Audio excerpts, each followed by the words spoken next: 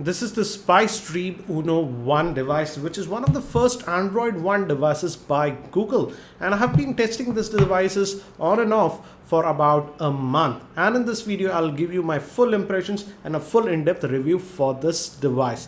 So here I have the SpiceStream Uno Android One device, and it's sort of a compact device. It sports a 4.5-inch screen. Though it's not a HD screen, the screen resolution is 854 by 480 pixels, so it's not a HD display, but don't be disappointed. The quality of the panel that Google has used on this device is actually very good. The viewing angles are also very nice, and it does have the auto brightness sensor. And if you keep it on auto brightness sensor, and if you even go outdoors in direct sunlight, the screen is actually fairly legible.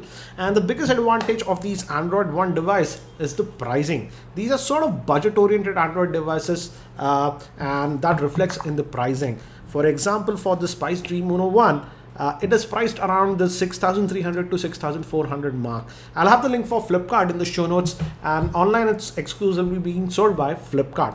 And before I proceed, let me give you a physical overview. On the top, we have the 3.5mm headphone jack, and here we have the power button and the volume rocker. Again, the tactile feel of this power button and volume rocker is actually very good.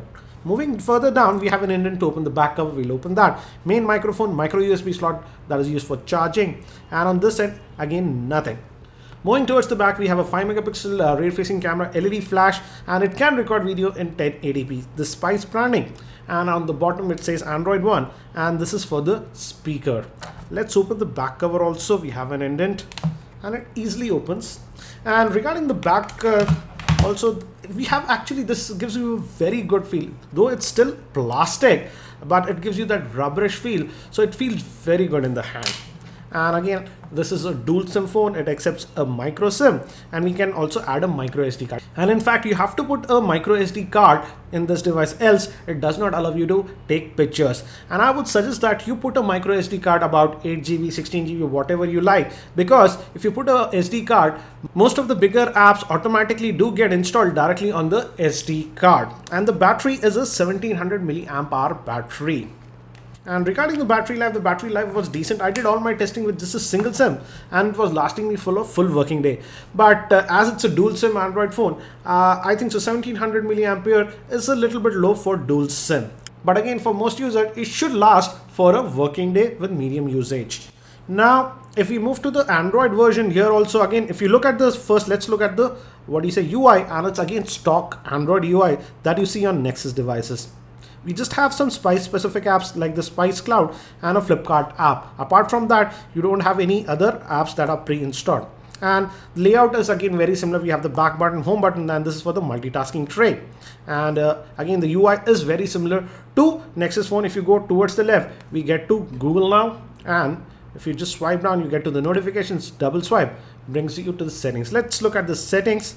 And if you go here, and if you go to about the device, as you can see, it's running the latest version of KitKat, that is 4.4.4. And don't worry, Android L update should also be coming to this device, and I expect that should come out somewhere around the November mark. So we are getting the latest version of Androids with this device, and Google has said that Google will provide the updates directly for about 2 years on this device. Regarding the storage, it has 4 gigs of internal storage, but as I told you, you can easily add a micro SD card, and I would suggest that you do that. For example, as you can see, I put a 8 gig SD card, and on that about 2GB of apps were installed. So it's a good idea to install a SD card, and while doing that, you can even install very heavy apps and games, and they get directly installed to the SD card. For example, as you can see on SD card, I do have a lot of heavy apps like Asphalt 8, Dead Trigger, Subway Surfer. All these were automatically moved to the SD card. So that's regarding storage. It's a very good thing. Now we move to the display also. Here we do have the auto brightness sensor, as you can see, and it actually works pretty well. And we do have all the standard settings that you expect on an Android device. So again, this looks very stockish Android, as you can see. And I am connected to my Wi-Fi network. So let's look at the browsing, and we do have the Chrome browser that is pre-installed. So let's check out that, and let's just go to techmeme.com, and let's just go there. and it gives you haptic feedback whenever you just hit that keyboard, and this is in the normal mobile mode. Let's force it to desktop mode.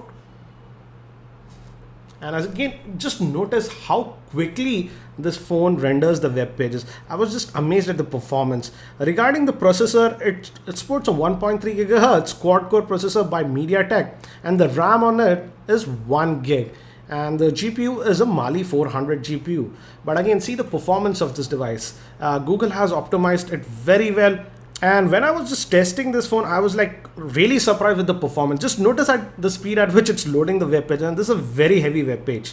In fact, I would say that many other Android phones that cost even thrice the amount of this device are not as fast as this device. It's a very, very fluid device. So in terms of web browsing also, it is very good. Also in terms of multitasking also, it is fairly good. As you can see, you can jump between the apps and they jump in pretty quickly. Now, if we move to the call quality, the earpiece on this device is excellent, I would say. The call quality was surprisingly good. It is almost as good as a high-end Android device. Also, the other parties never complained me about call quality on this device. So, in terms of call quality, it is very good. We also have a front-facing camera that is a 2 megapixel shooter, and I would say it's sort of average, nothing great in my opinion. Cameras on generally Google devices, even Nexus, were not that great. Now, if we move to the sensors also, here also Google did not skimp on it. For example, multi-touch points, it could register 10 multi-touch points, which is amazing. And even it does have the compass sensor. As you can see, it works. So again, it even have the gyroscope, etc. Let me actually show you. This is the CPU-Z application, and it's powered by 1.3 gigahertz quad-core processor. And if you go to the sensors, as you can see, of course, it does have the proximity sensor, light sensor, gyroscope, orientation sensor, magnetic sensor, and even vector sensor and gravity sensor. So Google did not skimp on the sensors that were provided on this device. And overall, I would say the performance of this device was also pretty good. Yes, with very, very heavy apps when I was running and I was just moving between them, it used to take half a second or so. But apart from that, I never faced any issue of lagginess on this device. And it works actually very well. Now, if we talk about gaming also, here also the phone did not disappoint me, and I could even play some heavy games like Asphalt 8 and other games. In fact, I have produced a dedicated video regarding the gaming performance of this device. You can check out that video for more info. And again, as I told you, the call quality is great. This is the standard dialer that we get with Nexus device, and I actually like this one. Now, if we move to the camera, the rear-facing camera is a 5 megapixel shooter with LED flash. Again, it has that stock, Android experience camera, which does not offer a lot of options. You have the standard options. You can just tap in like this for focusing and just hit in. I would say outdoors it can take some decent shots, but in indoors and artificial lighting, it does tend to struggle up a bit. As you can see from the sample shots, outdoor shots work good, but indoor and artificial lighting, it was not that great in my opinion. I've also produced a dedicated video regarding the camera performance. So if you want to know more about the camera, you can check out that video. One thing I do not like about this device is this screen. Just look at it. It's a fingerprint magnet, and you have to constantly wipe it again and again. There is no olefinic coating on this device. Also, from the front, it looks actually pretty brand. The only branding that we have is Spice. So overall, it's a decent Android phone. But now let me talk about my verdict and pros and cons with this device. So what do I feel about the Spice Stream Uno? As you've seen from the review, the overall performance of this device was excellent, and it's a very fluid device. In fact, you'll be surprised with the actual performance of this device. But let's talk about the pros and cons. First, let me actually talk about some of the cons with this device, and then we'll move to the pros with this device. The first thing is the camera. The rear-facing camera is sort of okay. In outdoor lighting, it can take some decent shots, but in indoor lighting and in artificial light, it just simply disappoints you. In fact, even the front-facing camera is not that great in my opinion. But the biggest problem have with this Android One devices is that initially Google chose these three manufacturers, that is Spice, Carbon and Micromax, and in terms of after sales and support, these companies track record is not that great. So that is only my worry. If you have any issues regarding support and service, I'm not very sure what kind of service you might get. It definitely won't be as good as Tier 1 brands.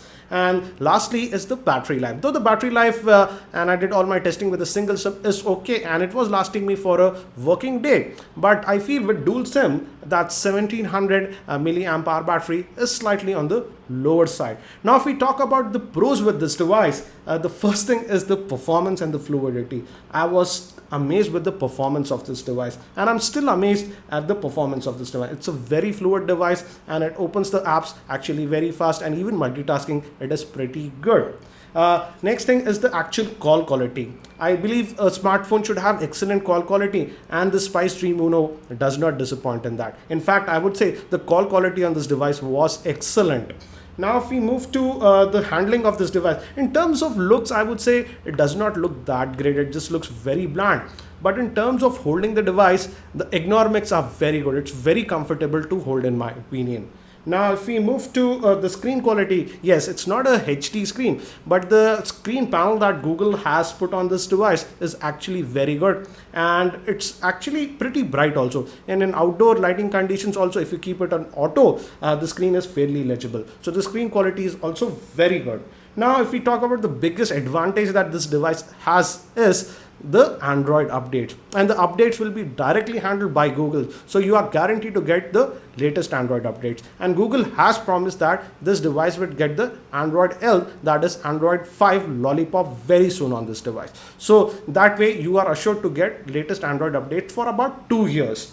So overall, as you can see, the Spice Dream Uno is an excellent device with excellent overall performance. Apart from some of the cons that I have mentioned, if those cons do not affect you, and if you are on a very tight budget and you are looking for a very good Android phone with excellent performance, do have a serious look at this Spice Dream Uno Android One device. I hope that you found this video review helpful. If you found it helpful, I'll appreciate if you can click the like button. I've also produced several other videos on this Spice Dream Uno One covering its various aspects like its camera review, its gaming review, etc. Links for those videos will be in the YouTube show notes. And if you're not subscribed to my YouTube channel, hit that subscribe button. Thank you for watching this video. This is Ranjit, and I hope to see you in my next video.